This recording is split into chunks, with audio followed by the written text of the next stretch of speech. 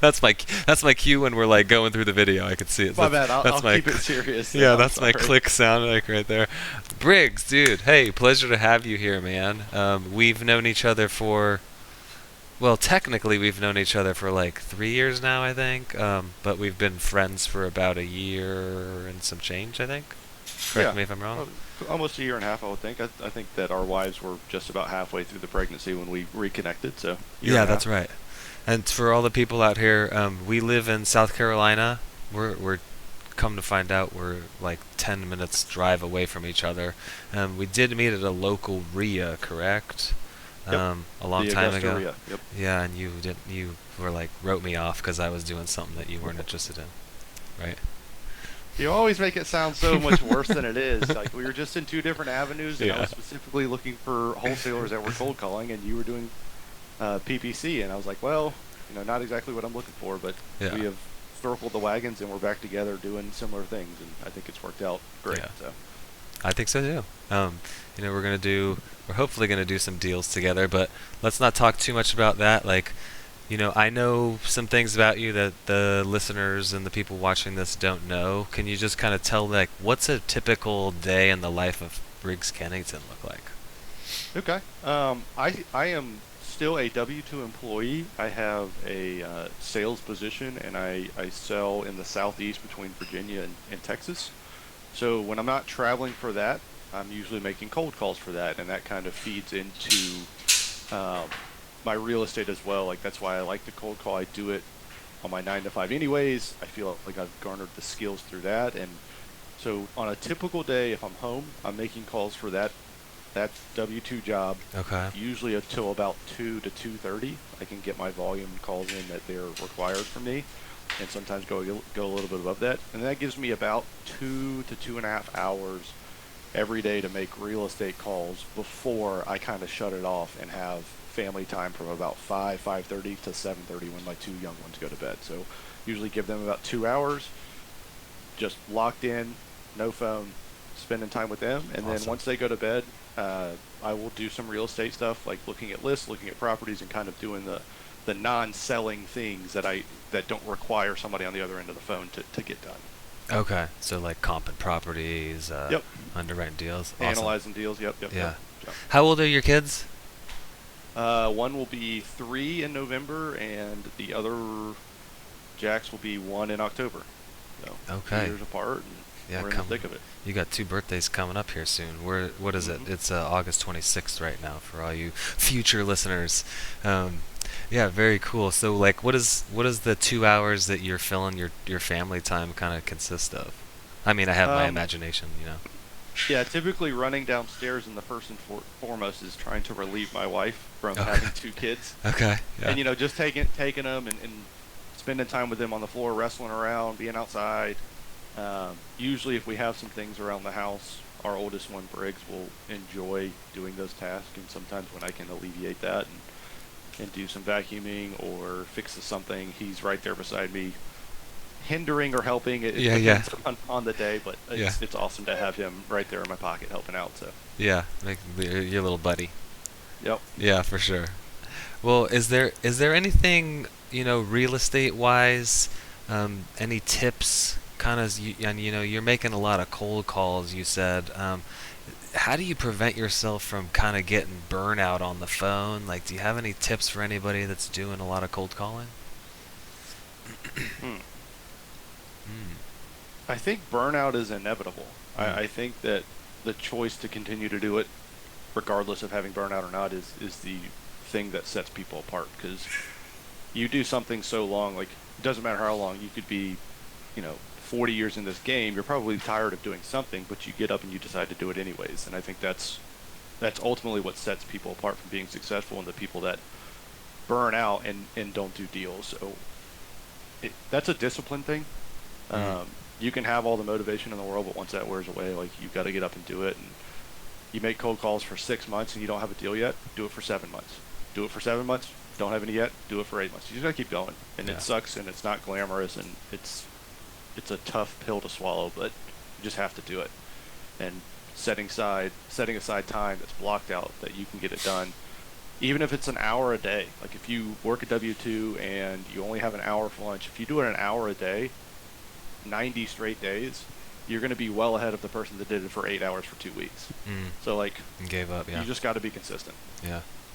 Do you have any, recommendations as far as like books or podcasts or anything like that that might be able to help somebody, progress, or I don't know, get more motivation to make those calls? I recently read Flip the Switch by Michael Burt. Okay. He is he's a business coach and a life coach, Okay. and I was struggling earlier this year working the W-2 and Mm. making calls because Mhm. like, it's one thing to hear no all day for the W-2 and then you do great in real estate or vice versa, but when you're hearing no on both, it's pretty discouraging, and that book really starts laying out more of a practical approach on how to activate your discipline and make sure that you're doing the right things. And Okay. I think it's a good way to put a little bit of a analytical spin on how to stay motivated, and instead of just saying I can do this, like there's some steps to like understanding how your flow state is activated and how you can do that more regularly, and when you're in that state, identifying that and canceling things that are going to kick you out of it. And Okay. I think it's been a big help of really just inward looking, like what makes me want to make the calls, how do I do that to set up that as many times as possible throughout the day. Okay. It's one time of the day, okay, that's great. Sometimes it's 2 times a day where I have to like get into that mode and like, okay, this is what I need to do to put that phone, metaphorical, it's headphones, but put that phone in my hand and not put it down. Mm. And that book really helped set it out to where, again, it was more analytical. It gave you steps to do that instead of just hoping it comes one day, came another day, and putting a routine to it. Yeah, you hear a lot about, um, find your why, and that's what's going to pull you along. It sounds like this is, and that can be a little bit, for lack of a better word, like woo-woo for people. It sounds like this book is a little bit more, almost scientific kind of based, and a Yeah. little bit less woo-woo. Yeah. Yeah, I think if you talk to 100 investors, their whys are, you're going to come out with 60 to 70% of them are going to be similar. I want financial freedom. I want to Hmm. quit my job. And it's like, well, everybody wants that. Yeah. So like the why isn't enough. You got to have some steps in place that push you on those days when, the why isn't as glaring as it should be. Right. Yeah. Is there is there anything you find yourself doing, setting aside you said you dedicate a lot of time outside of work to your family. Like, what do you do, if anything, for Briggs? Big Briggs, not little Briggs. But I'd say, well, Yeah. um, on a typical year, so this year was a little bit different. I happened to be in 3 weddings, so I had three Mm. bachelor parties. That kind of took up the weekends that I would spend. But I love to fish, and I fish with some college buddies of mine that we fished on the Clemson fishing team together. And the thing I love about fishing is I have zero expectations when I go out there Mm. because anything can happen. Like I can make 1,000 casts and catch 1,000 fish. Probably very unlikely that's going to happen. But I can make 1,000 casts and catch zero fish. I can make the right cast, no fish. I can make a bad cast and catch a fish. Like there's just no expectations, and for me, it's a good unplug. Like I can I imagine. literally can go out there for 12 hours Yeah. and just the phone's in the rod locker, like, and it might go off if it rings twice in a row. I'll look at it, make sure it's not Allison that she needs me to come home. But I mean, it is truly a good reset. And Yeah. me and two college buddies, we try to do 2 trips a year, just 2 weekends, one in the spring, one in the fall. Okay. It's a reason for all of us to get together and hang out. And Yeah. they're in similar field sales, and then another one's an engineer. So like just being able to unplug Okay. is the biggest plus for that. Yeah. I can imagine just like kind of being outside, being in nature, serenity, and hanging out with your good friends that just resets everything. And okay, now Yeah. I can get back and go crush it again. And Yeah. I have some more like kind of just fun, understanding your personality questions. Before we get to that, is there anything like that you're looking for help on? Any way that somebody might want to, do a deal with you? Anything like that? Yeah, so up to start of this summer, I wholesaled everything. I Hmm. never kept any properties. I never had any notes. I didn't have any partnerships that lasted past the closing table. So really I'm looking to transition from just doing these cash deals and seller finance and creative deals as well, but wholesaling them just being done, taking cash and leaving, to getting into long-term rentals and getting into wraps to start building up a steady cash flow situation where I'm not like, well, if I don't wholesale this month, I don't have any income this month. Crap. Yeah. So I'm transitioning. I'm looking into partnering, whether that's lending on deals, whether that's underwriting and going through a creative process with somebody who's never done it and getting that done, and we can take that down together. But just really looking into holding some sort of facet of the real estate game, whether that be notes, the actual property, or anything like that. Yeah. Okay. Are there any particular areas that you're looking to do that? Even maybe areas that you're staying away from?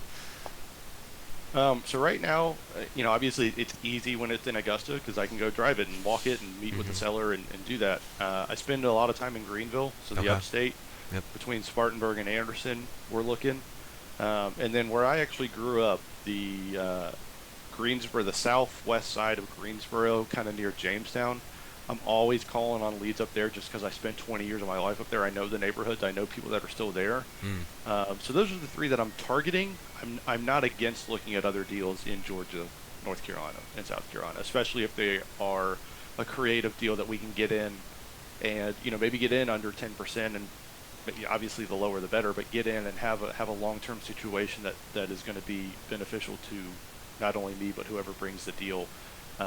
If the numbers work, the numbers work. Like, Right. it's just at the end of the day, like, people virtually wholesale, people virtually do all this stuff all over, and we have such a great community and subject too that we can leverage just about anybody. Just send a message like, hey, anybody in Darlington, South Carolina? Yeah, Yeah. I'm here. Okay, fantastic. Can you be boots on the ground? And it happened. I mean, this is part of the switch for me. It happened earlier this summer. Somebody asked me for help, and I'm like, well, shoot, why don't I do that the other way around? And that's kind of broadened my horizons on where I'd be willing to do deals because there's so many people that can help out. And are willing to. It's that we didn't mention it at the top of this, but we're both a part of Sub 2, and I think we've crossed the 11,000 threshold now, and so like pretty much if you can throw a stone to a city that has over 1,000 people in it, like there's somebody There's somebody. that'll help you out. So yeah, it's And I'm been waiting pretty for amazing. somebody to be like, hey, I got a property on the moon, and somebody's like, I got it. Yeah, I'm no there. problem. Yeah, Jeff Bezos will take me and his Yeah. rocket. Yeah. Well, like I said, I have some fun questions written down here. Some are a little bit like kind of cliche, but if you could, if you could have dinner with one person, be it alive or not, who would that be, and like maybe why would you want to be having a dinner with this person? Okay. I've got a probably unorthodox answer. I haven't heard anybody else answer it this way, but I think it's intriguing to me. I would want to meet the ancestor that came to the U.S., the first one on either my dad's side or my mom's side, and just have Interesting. a conversation with them and learn more, because past my great-grandparents, I don't know anything. So I'd love to know that story of when and why, and almost put that cement block on our family tree, like that's the moment that we came here, and have an understanding. And it's not a famous person, but to me it holds a lot of weight because that person made a decision that changed my life, and I don't even know who it is. Yeah, and it's not like they got on a plane and took a 6-hour flight. Yeah, they- 5-hour flight overseas. Like there was some tribulation to that. It was a big decision, I'm sure. Yeah, that's an interesting answer to that. I really like that. If you were to be stranded on a desert island, knowing that you're going to be stranded on this desert island, Okay. you can take 3 things with you. Whatever those 3 things can be. What would you take with you? And I'm there for good. There's no getting off. It's not like I can bring a cell phone and call somebody and save me. You can't. Yeah, you can't have somebody Okay, just so save I'm you. there for Yeah, good. I'm yeah. there for good. I would take. Leave it to you to poke holes in this question. I mean, that's a vastly different It- situation. yeah, It's it like, is, yeah. call somebody and leave. Yeah, I know. There's yeah, no I service. would- You could take your phone. There's no self-service though. Yeah. I take some sweet pictures, I guess. yeah, yeah. I would take a fishing rod, Mm. I would take a gill net, and I would take something to start a fire. Because I think Okay. at the end of the day, if I know I'm going to be on that island, the first thing I got to understand is I got to figure out how to make it to day 2, 3, 4, and so on. So I think survival mode is pretty easily to jump into when you Yeah. jump into something like What's that. So the second? The net? the gill net, Yeah. it's a long net that you would put out, usually in like lakes and rivers. You put out Okay. in current, and then fish get caught in it. You pull it in, and just it's a. I mean, to transition this a little bit over to real estate, it's more of a passive way to fish Yeah. instead Okay. of casting and reeling. So Right. put that out and then go fish maybe on another spot and try to Okay. get dinner for the day. Yeah, I've seen it in shows and stuff. I've just never heard of the actual name of it. Yeah, So yeah, no, thanks. have a Thanks little for bit of experience with that. So Um, what other questions did I have? Oh yeah, this is a fun one. I mean, it's not a fun one, but this I think might help some other people out, and it doesn't have to be necessarily real estate related. But what what's like one thing that you could look back and as like a big life lesson? How did you learn it? What did you take away from it? Something like that. um, it's gonna sound cliche, but I mean life is really short.